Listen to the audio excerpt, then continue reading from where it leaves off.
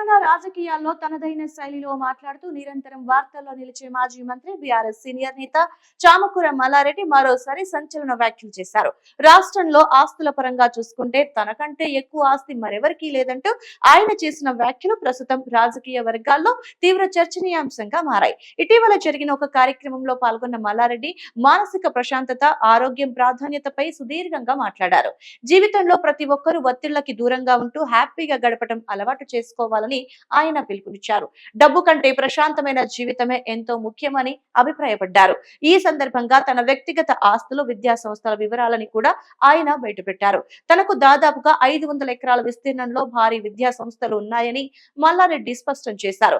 తన కాలేజీలో ప్రస్తుతం సుమారుగా 70,000 మందికి పైగా విద్యార్థులు ఉన్నత చదువులు చదువుకుంటున్నారని ఆయన గర్వంగా తెలిపారు. ఇంత పెద్ద ఎత్తున ఆస్తులు, వేల కోట్ల సామ్రాజ్యం ఉన్నప్పటికీ తాను మాత్రం అత్యంత సాధారణ జీవితాన్ని గడుపుతున్నానని మల్లారెడ్డి పేర్కొన్నారు.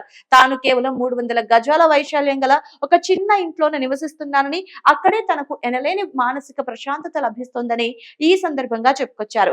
సమాజంలో చాలా మంది పక్కవారి ఎదుగుదలను చూసి ఓర్వలేకపోతూ ఉంటారని, అలాంటి అలవాట్లకి దూరంగా ఉండాలని మల్లారెడ్డి హితవు పలికారు. ఎదుటి వారిని చూసి ఈర్ష్య, అసూయ పడటం వల్ల మనశ్శాంతి కరువవుతుందని, అది నేరుగా ఆరోగ్యంపై ప్రభావం చూపిస్తుందని ఆయన హెచ్చరించారు.